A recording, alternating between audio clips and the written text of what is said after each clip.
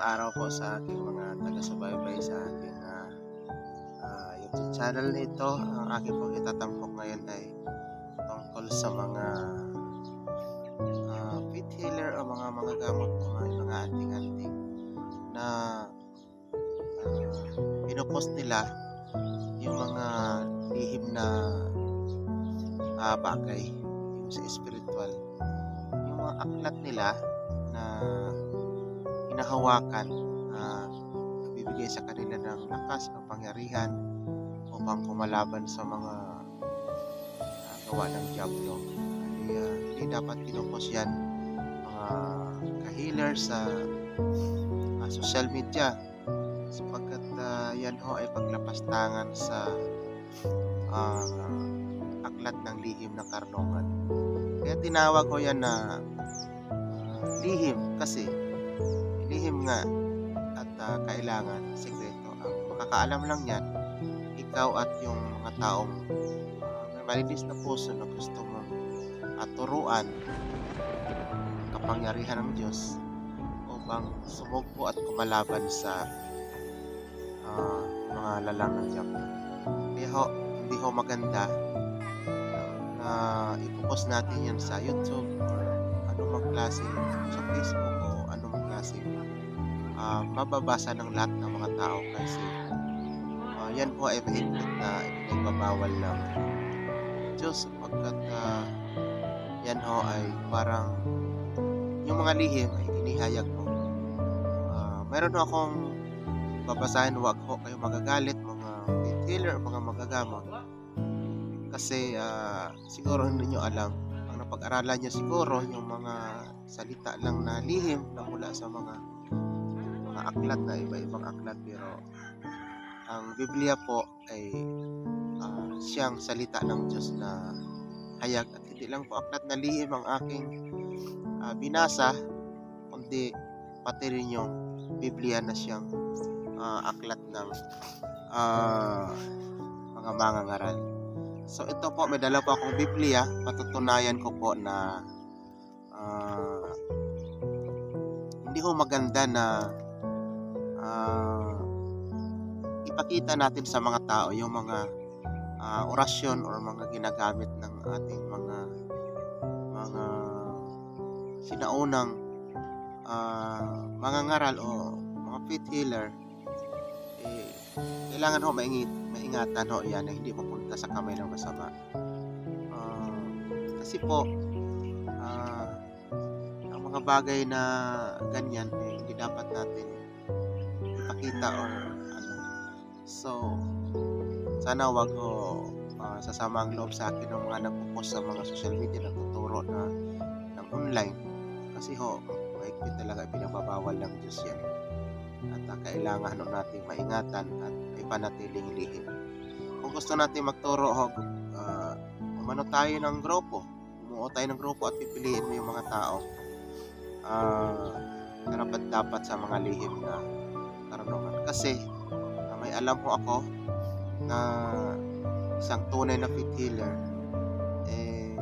nagtuturo po siya, kaso patay na siya ngayon, nagtuturo po siya ng lihim ng karunungan at sa loob ng ilang buwan nasa 45 sila nung nag-umpisa, pero 3 lang ho ang nakapagana ng mga orasyon na yan o umano sa kanila, tumalab sa kanila at gumana. Ngunit ang 42 kahit na pare-pareho sila ng pinag-aralan na hindi ho napagana.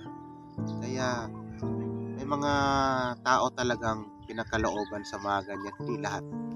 Ito po babasahin ko sa Biblia na hindi lahat ay pwedeng matuto o pagkabasa ng inyong ura na pinopost nyo sa social media, sa YouTube ay gagana. Mayroon ho tayo ditong mababasa. Ang ginagamit ko pong Bible ay King James Version. Ito matagal na sa akin to. Binili ko talaga to upang mag-aral. Ito ang sabi sa Book of Matthew chapter 19 verse 11. Tatapat sinabi niya sa kanila, si Kristo ang nasasalita dito, hindi matatanggap ng lahat ng mga tao ang pananalatang ito, kundi niyaong mga pinagkalooban. Kaya dapat ituturo nyo kung sino ang gusto nyong turuan at ipagkaloob sa kanya na matuto sa aklat na lihim. Kasi pag ginawa natin ito, tinuturo natin sa social media, parang nawawala na yung ewan ko anong tawag dito, pero mayroong pahayag dito ang ating Panginoong Jesucristo na sa mga ganyan. So kailangan pinipili natin yung mga taong tinuturuan natin, kasi baka mapunta yan sa mga masasama, hindi mabuti. So ito po, nasa Matthew pa rin. Ang sabi ni Panginoong Jesucristo, huwag ninyong ibigay sa mga aso ang anumang banal, ni ihagis man ang inyong mga perlas sa harap ng mga baboy. Baka yurakan ng kanilang mga paa at mga balik at kayo'y lapain. So ayan po, huwag mong itapon ang anumang banal sa aso, o ihagis man ang mga perlas sa harap ng mga baboy. Ibig sabihin, nababasa lahat, kriminal, mabuti, o anumang klaseng tao, nababasa yung mga lihim nyo na pinangahawakan, pati kaaway nababasa. Ngunit ito lang, kahit mabasa ng kaaway, hindi naman yan tatalam sa kanila kung kaaway talaga. So ito lang mapapayo ko sa mga faith healer o sa mga manggagamot o sa mga kung ano man yan na nakahawak kayo ng aklat ng karunungan, ng lihim. Kaya nga lihim yan, hindi dapat ibunyag. Ito, basahin natin. Nasa Deuteronomio, ito po ang yung Deuteronomio, ikalimang aklat ito ng Old Testament, na sinulat ito ng limang aklat ito ng Moises. Ito 29:29 ng Deuteronomy. Ito, makinig kayo dito, mga nagpo sa YouTube ng mga orasyon, pinapakita talaga yung mga lihim na aklat ng karunungan ng Diyos. Kaya nga lihim Ito, Deuteronomy 29:29. Ito, makinig kayo.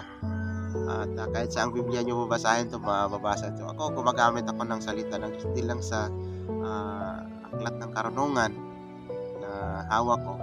Mabutit alam ko pa noon ito. Ito.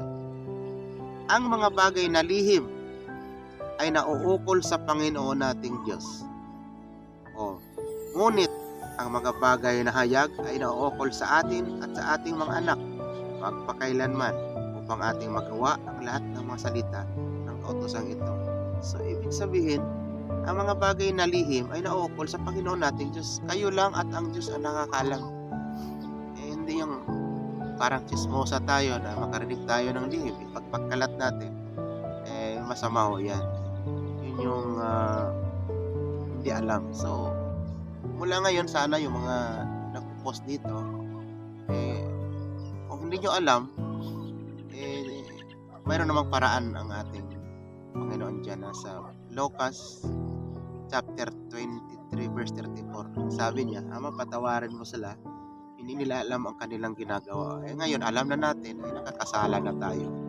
So, yan ho ang aking masasabi tungkol dito. At magiging lapastangan tayo sa Diyos niyan pag ganyan ginagawa natin. Gusto ba nating pagkamatay natin, i-deny tayo ni Kristo? Anong patunay na i-deny tayo kahit na nandito pa sa atin ang kapangyarihan ng Diyos? Pag hindi natin maingatan, hindi natin mailihim, mapapahamak tayo. Ngayon, buhay pa tayo, hindi natin maranasan yung parusa ng Diyos. Ngunit, ito simple lang to, pero delikado. Nasa Book of Matthew chapter 7 verse 21 hanggang 23. Delikado po. Ito ang babasahin natin. Umpisa tayo sa 21. Hindi ang bawat nagsasabi sa akin, Panginoon, Panginoon, ay papasok sa kaharan ng langit, kundi ang gumaganap ng kalooban ng aking Ama na nasa langit. Marami ang mga nagsasabi sa akin sa araw na yaon. Ay, paghuhukom, judgment. Panginoon, Panginoon, hindi ba nagsipanghula kami sa iyong pangalan?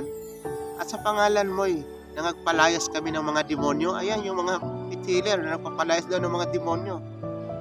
Kasi nasa kanila yung aklat, yung kapangyarihan at gumana nga kasi pinagkatiwalaan sila ng Diyos. At sa pangalan mo'y nagsigawa kami ng maraming gawang makapangyarihan. Maraming nagsasabing faith healer, makapangyarihan sila. Ngunit ayun po, dapat maingatan natin yung kapangyarihan pinagkatiwala sa atin ng Diyos. Huwag natin ipopost dito sa YouTube, Facebook, or ano pa man, Twitter, or ano pa man social media. Ano ang sabi ng ating Panginoong Hesus sa mga ganyan? Kahit gumagawa ka ng makapangyarihang gawa, nagpapalayas kayo ng mga demonyo, eto, sa 23 ang kasagutan yan ng ating Panginoong Hesukristo. At kung magkagayo, ipapahayag ko sa kanila. Ayan, sasagutin na ng Panginoong Hesus yung mga taong nabanggit kanina. Kailan may hindi ko kayo kilala. Biro mo yan, dinidinay tayo ni Kristo pagdating na kahit na anong pang kapangyarihang pinangahawakan natin, pag linapastangan natin yan. Ayan ang sabi, magsilayo kayo sa akin, kayo manggagawa ng katampalasan. Katampalasan. Ayan, tampalasan pala yung mga taong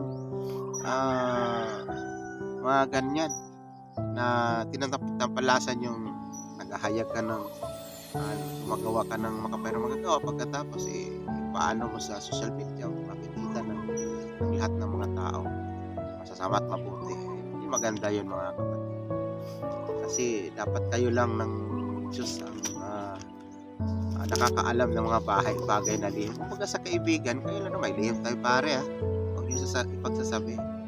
Ngayon pag pinagsasabi mo, magagalit yung kaibigan mo pag ganyan na pinagkakalat mo yung lihim, yung sikreto. Kaya ang pangalan ng aklat yan, aklat ng lihim ng karunungan. Ang karunungan yan, si Kristo yan. Baka hindi nyo alam.